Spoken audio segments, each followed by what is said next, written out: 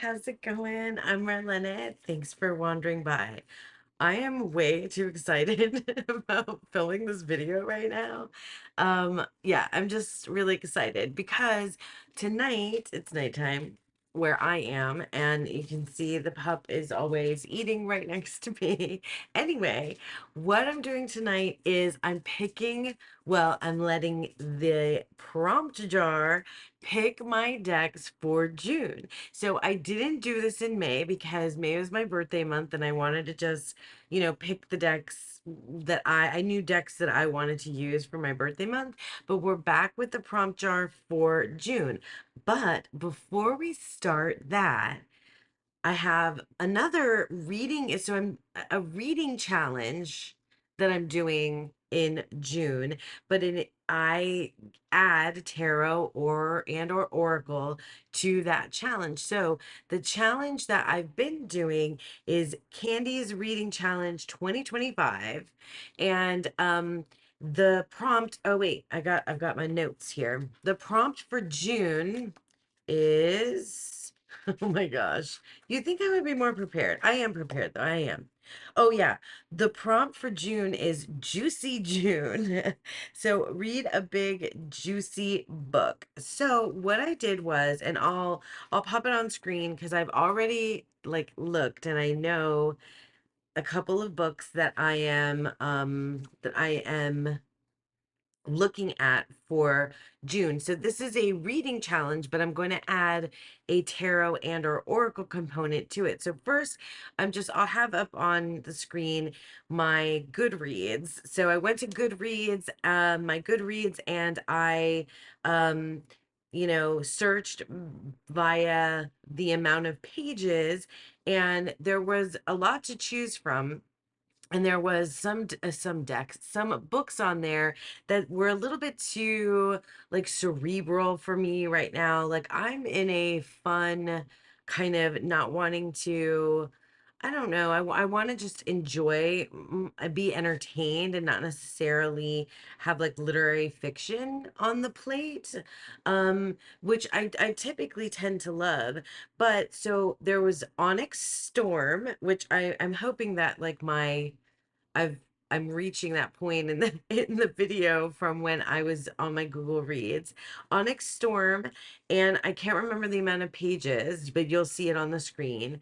And then also there's a book, so Onyx Storm is third in the Empyrean series, which I'm meaning to get to the last one, or the last one that's been published. And then I also started another series, which I can't remember the name of the series, but the first book was The Spark of the Everflame, and now the second book is a big chunky book called The Glow of the Everflame.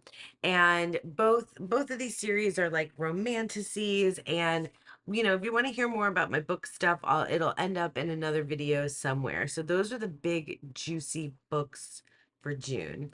But let's add the tarot and or oracle component, because what I decided to do was find the deck that has the most cards out of all the decks that I have. So it has to be an oracle. I don't have a tarot that is as big. So I have a couple of options here. So one of them is the Hellenic Oracle, and I'll show just a couple of cards. The Hellenic Oracle, created by Thea at Garden Goddess Tarot, is a Greek mythology oracle deck, which I haven't used it in a little while. I was obsessed. Here are the backs. I was completely obsessed with this deck last year. Um, and I still am so in love with Greek mythology and what it's done to open up my practice. This deck, though, oh, look at Helios, has 100 cards. So it was a contender, but then I have another Oracle deck, which is another created by one of our own, Andy Taylor, has my animal guide oracle, but well, not mine, Andy's, but it's my copy. The Animal Guide Oracle has over, I think it's 130 cards. So 30 more cards than the Hellenic Oracle. Here are the backs. And oh, I have it in order because it's in like color order. I'll just show you a couple of these because the colors are aligned to the chakras. So it's super cool and it's so many cards. I haven't really used this deck as like a straight up oracle.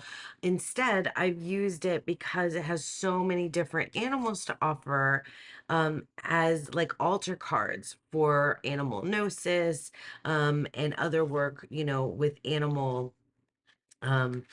animal spirit kind of thing for me. So I think that the big juicy deck oh my God, it's sounding pretty intense there. The big juicy deck that we're going to use is the Animal Guide Oracle by Andy at Metaphysics Made Easy is the name of her shop, and I'll definitely put it down below.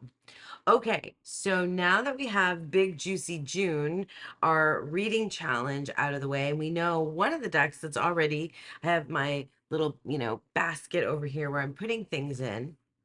Um, Now we're going to pick from the jar. So here's how it works. You guys helped me create this TBR jar to be read for tarot and oracle decks, by giving me all kinds of different really creative prompts to lead me to go to my shelves and pick out a deck. I am hoping for things that really feel like summer because school's out already and it feels, we haven't had the summer solstice yet, but it is summer. It definitely feels like summer. My year feels much more aligned with the school with the school calendar than anything else. So anyway, so yeah, so what was I what was I saying? I was explaining how this works. And so I'm gonna pick four, maybe five. We'll see how they go. But typically, I try to keep it to four. I think I've added a fifth one on. I think maybe I've added a fifth one on every single time. But so we're gonna pick from the jar. I'll read you the prompt, and then I'll kind of start talking, thinking out loud about what it could potentially be, and then I'll go over to my shelves. I might come back with options, or I might come back with like the one that I know, or several, a couple that I know that might fit the prompt that I'll want to work with. Okay, so let's shake her up, shake in the prompt jar. And oh my gosh, this is so fun. This is why I was so excited to do this because this is such a fun way to set up my month for my practice. Okay, here we go. We have one. And this prompt says, ba-ba-da-bum, a deck you've been avoiding, a deck I've been avoiding. Oh my gosh. So there it is, a deck I've been avoiding. Well, I do have, and I meant to say this, that I do have this list of 25 and 25 tarot decks that I want to read with by the end of this year in 2025. So we could pick from there because those are technically decks that I've been avoiding, but I did put them on the 25 and 25 list. I feel like there are some like more esoteric decks that I've been avoiding because I just haven't been in the mood for those yet. To like dive down, go down the rabbit hole and like and get into it. I will. Okay, so this could be, yeah, this could be interesting. I'm gonna go hit the shelves and I'll be back. Okay, I have two options, and these are both on my 25 and 25 list, which is good because I've been meaning to get to these decks, but I have been avoiding these two decks specifically because of the reason I mentioned before. One of them is the Handle Tarot, which it has an I Ching component to it, as well as it has the Hebrew letters, and I also do not have the Rachel Pollack guidebook, and there's two different books of for this that Rachel Pollack wrote, and I don't have either. And the same thing for this other deck. I don't have like the bigger guidebook. And so let me, because I think I have this in order, or I have it separated with the majors out.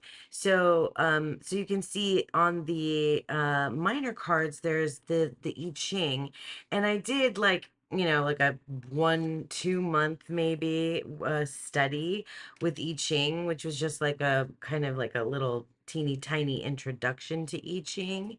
So I feel like if I got into this deck, that I would really feel like I needed to brush up on my I Ching, and I've just been avoiding doing that because I don't know. I don't feel prepared. Maybe, I don't know, because I mean, one of the things, the reasons why I abandoned working with I Ching is because it was kind of overwhelming. Like, it was really like a lot. But I did really enjoy, the things that I was learning. So this is an option, the Handle Tarot. And then the other option is the Alchemical Tarot. And I have been wanting to kind of, find out more about alchemy, especially in relationship to the tarot. And oh, I think I still have this deck. No, no, I don't know if I know. I guess I don't have it in order. Here are the backs. Did I just show you that already? No, I don't have it in order. Oh, wow. This deck is so cool. Yeah. It has, I mean, it's got so much. Oh, the Lover's card. That's pretty cool. That's a that's a pretty involved Lover's card. Anyway, moving on. Um, this deck, yeah, it's intimidating because like I really don't know much about alchemy, except from like I guess the bits and pieces that I've read with some of the Thoth stuff, like a little bit of this and a little bit of that I've gotten, but I don't know. It seems so intimidating. So what do I do, you guys? Which one? I feel like the one that I'm least less inclined is the one that I've been avoiding more, so that fits the prompt more. And I think that's the Alchemical Tarot. I think I've been less inclined to use this deck. So that's the one that we're going to choose. All right, so that's it. So the deck that I've been avoiding the most is the Alchemical Tarot, and that is going in the basket for June. Okay, so now it's time to shake up the jar and get another prompt. What will be next? Okay. Oh my goodness. I don't know why I'm nervous. It's like silly, but fun. Okay, let's see what we got here. We have a prompt, and the prompt says, oh my God, this is so crazy. A deck that frustrates. What are you doing to me in June? I want to have fun. A deck that frustrates. Damn. Should I just like call it and put the Handle Tarot in here? But no, I think there's got to be something else. I mean, it could frustrate from a number of different reasons. It could have frustrated me in the past because of its size or the way that it shuffles, or it frustrates me because I don't know, maybe that's just like the voice of the deck, that it's just like, calling me out, and I find that frustrating. I don't know. I'm gonna go over to the shelves and see what I come up with. um I don't know, we'll see what ends up happening, and I'll be back. And I picked another deck for my 25 and 25 list. And I feel like it's just the jar's like, you gotta get back to your list here. So this deck is a deck that made it to the 25 and 25 list. This is the Primordial Tarot, because I mean, it it was frustrating. There were things about it that I found frustrating. First of all, the cardstock makes it hard to shuffle. And oh, I guess I have this guy in order. So hang on a second before I mess it up too badly. So I think I put it in order because I think I was ready to let it go. And then I changed my mind about a lot of different cards or a lot of different decks that I was thinking of letting go. So here are the backs. The frustrating part was so the all the majors are in black. And this, I just find this artwork so freaking cool. Um, wait, let me put it, let me not get it. What do I need to keep it in order? Does it matter at this point? Um, the frustrating part for me is not really the majors so much as the colorway of the minors. And I don't even remember what the colorway is. I think it has wands as green and cups or, fire. I don't know how it even sets it up. Wands, cups, swords and pentacles, but it really does its own thing. And like the colorway for, like this, I think is the wands. Like green is the wand suit. And that just like totally messes with my brain because I think of green as pentacles, right? And red as wands. So that's really difficult. And then the cups, I guess, work because they're blue. So, for the water suit, yeah, you see the little vessel down there. So that's the water suit. Look at this artwork though. It is so freaking stunning.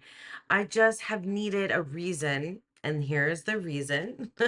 The jar is the reason, to really, spend some time with this deck. And I also have an oracle deck that's like a perfect pair for it, which I won't say yet because either it'll maybe come up as something to use. Here's the reds, which is swords. um Maybe it'll come up via a prompt, but if not, I'll probably pull it to use as a companion with this guy. And you'll see that revealed either here or in my like monthly wrap up video.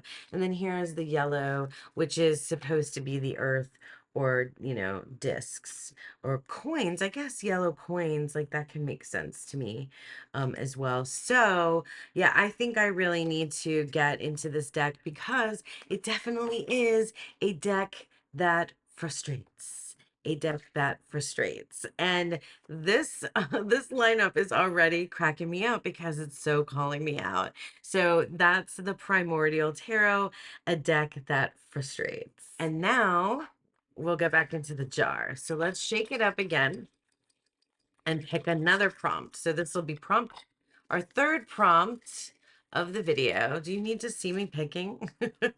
um, okay, I think this is the one that wants to come out. Oh, there's two. Which one? The littler one we'll take. Oh my gosh. This is nerve-wracking. All right, no, it's all in fun. It's all in fun. Okay, so here we have a deck with black backgrounds. A deck with black backgrounds. Oh, I can think of several off the top. So we have the Marseille at Night is one of them that I'm thinking of. I also have another deck on my 25 and 25 list. The Tarot of the She has black borders, and the Tarot of the Crone has black borders. Oh, but those are borders, not backgrounds. So, oh, the Zodiac Tarot is black background. The Intuitive Night Goddess is a black background. Which of those is feeling like, I'm gonna go stand in front of the shelves and see if there's any others that I missed. And we'll be back with a deck that has black backgrounds. Okay, so I grabbed two, and they're two of the ones that I did mention already. One of them is the Marseille at Night. I've got this deck recently, and I played with it just a teeny little bit, but I haven't really read with it, and I've been itching to, and it's got black backgrounds.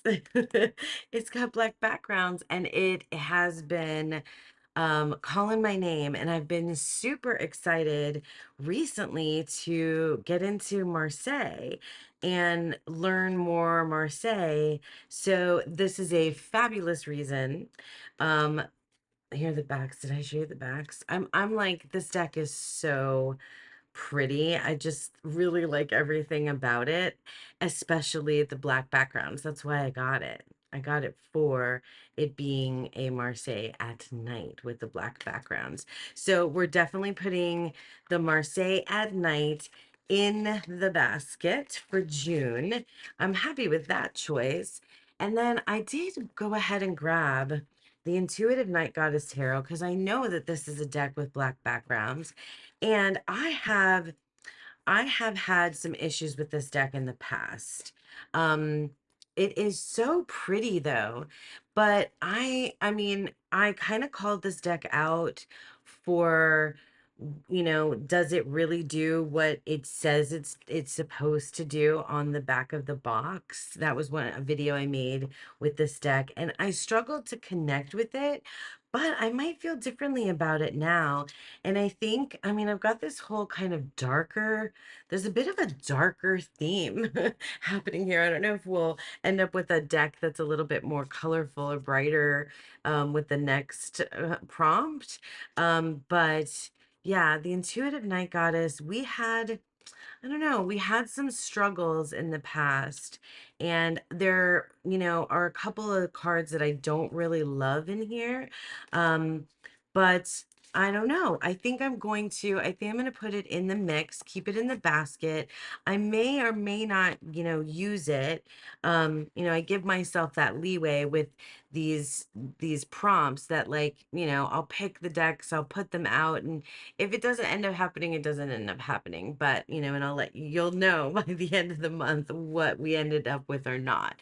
So, yeah, so these are two decks with black backgrounds, the Marseille at Night and the Intuitive Night Goddess Tarot that we're putting in the basket for June. Okay, so now is this going to be the last and final prompt? I think I might want to do this another time. We'll see. Let's see what we get with this one. So let's shake up the jar again and pick our prompt. This might be the last one because I do have a good number of decks already over here. And is this going to be it? Oh, another two prompt one. Okay, just one. Just one for this time. Okay, here is what it says. Oh, it's a long one. Oh my God. This is crazy. So this is a deck in timeout paired with something like it. So this is asking me for two decks. So a deck that is in timeout, a deck that is in timeout. I mean, do I have a really timeout deck area anymore? I kind of do. I kind of do. Because there's a few decks that were like iffy, but they're kind of, yeah, in a timeout area. And paired with something that's like it, I can't even conjecture because I don't really remember what's there. Okay, I kind of do, but I kind of don't. I'm gonna go to the shelves and I'll be back with a deck that that's in sorry, blah, blah, blah, a deck that's in timeout and paired with something like it. So we'll probably come back with a tarot and an oracle. Okay, came back. And I feel like I I led myself to a deck that I want to work with based on a deck that's in timeout. And it kind of is really cool how this happened because this is a pairing that a friend of mine just told me that they were using, and I was like, "Ooh, I think I want to do that." And the deck that was in timeout is the Hedgewitch Botanical Oracle. Now, I can't remember at all what I said about this deck when I talked about it in my like deck collection series when I was like going through and making choices. Here are the backs of this deck. When I was like trying to make choices about what would stay and what would go, etc. So this deck though, I mean I have other decks that kind of fit this, serve the same kind of purpose.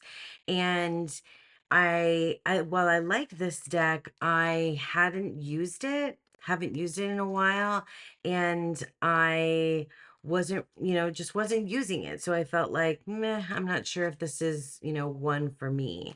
So my friend told me that they have been pairing this deck with, oh, and I just buried it under a bunch of stuff, with the Onasa Yao's 5th edition, the green. So I just recently got this deck, and I was playing with the other edition, the purple 7th edition that I have. And so I have been wanting to use this green one. And I feel like June is a great time to work with green, right? So I think, and let me just let's do a couple together just to get an idea. Yeah, I think ooh, I think that's gonna be very nice. Oh my gosh, that's gonna be so pretty. And it doesn't look pretty right now because I cannot manage to put these next to each other in a nice way, but I think that's gonna be really nice. And I'll get to do extra Marseille, more Marseille work, because the Yonasa Yaus is, she says, a Marseille inspired tarot. So we have this one, a deck that was in timeout, which was let me get everything back in its box. The deck that was in timeout is the Hedgewitch Botanical Oracle, and we're going to pair that with something like it. I mean, I guess it's kind of like it because it's really kind of one color, because this is very white and this is very green.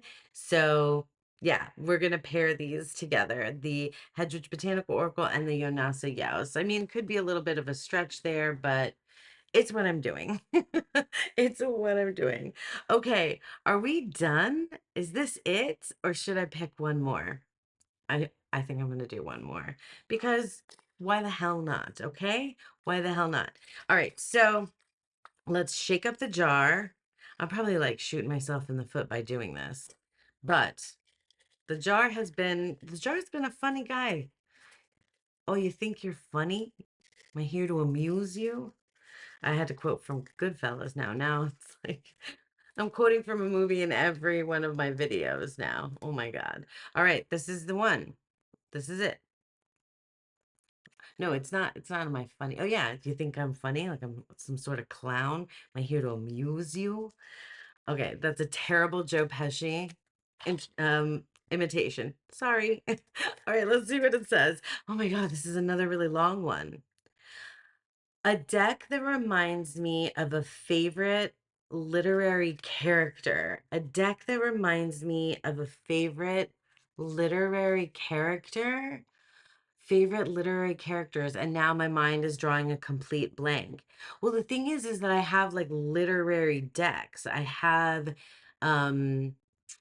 I have like the Divining Poets series. I have two different Shakespeare tarots, which I was meaning to use one of them, the Shakespeare tarot, soon. Um, I mean, is that too on the nose? Like I have the Austen tarot, but a deck that reminds me of a literary character, of a favorite literary character.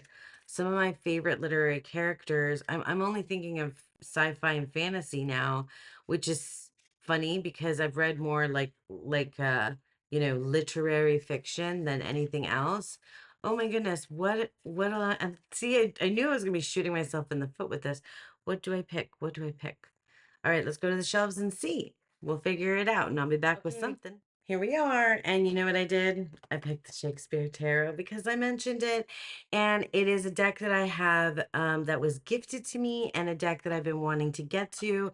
Also, because there's a couple of Shakespeare sort of themed books that I want to get to in June as well. And this is a Welkin Tarot. Oh my gosh, it's a little bit bowed.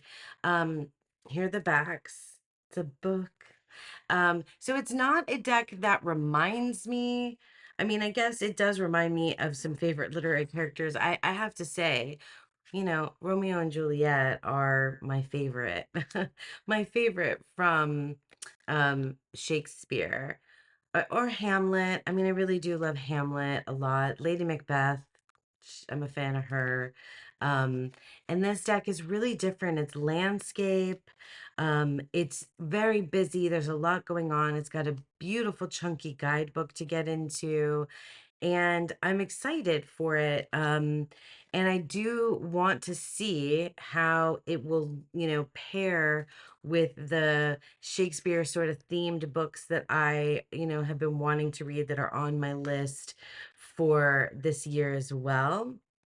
So I think it's a great time, and I think this deck is kind of moody, and all of the decks, they kind of have that feel. I'm going from like a very vibrant May with very colorful decks to a lot more like, I mean, not somber, but just very much darker. More, there's a little bit more intensity in terms of like the darker, browns and blacks and greens that we have going on. I guess that green, but it's very, it's monotone in that Yonasa Yaos. So yeah, so this is a deck that definitely reminds me of a favorite literary character. I mean, I love Romeo and Juliet. I love Hamlet. I love Shakespeare. What can I say? All right, so that's it. I'm not going to pick, we're closing this jar. I'm not going to pick any more prompts, but let's review the decks that I'm going to be working with, and then that's it. So we got a deck that reminds you of a favorite literary character. So for that, like we just said, it's going to be the Shakespeare Tarot. For a deck in timeout, paired with something like it, we've got the Hedgewich Botanical Oracle that we're going to pair with the Yanasa Yaus Tarot. For our deck with a black background, we actually grabbed two for that, and we have the Marseille at Night and the Intuitive Night Goddess, making a pile in front of me. And then we have a deck that frustrates, and for that we picked the Primordial Tarot, and then we picked a deck that you've been avoiding, and that is the Alchemical Tarot. And then finally, outside of the jar prompts, we have Juicy June. So I'm going to be reading two big fantasy books that are, I believe, each are over. Definitely over 500. I think maybe even over 700 pages, those. And then we have my biggest oracle deck with 130, I think maybe 130 exactly, maybe more than 130 cards, which is the Animal Guide Oracle. So I have lots of fun stuff to choose from this month. And yeah, that was super fun. I love filming this video. It's like a little treasure hunt for me. And I hope that you enjoyed hanging out with me. Thanks so much for sticking with me. Let me know down below what you're planning to work with in June, if you've been playing with something like a prompt jar as well, and how you're rotating through your decks. Yeah, thanks for sticking with me. Again, I hope that you have a beautiful, wonderful June and a beautiful, wonderful day. Bye.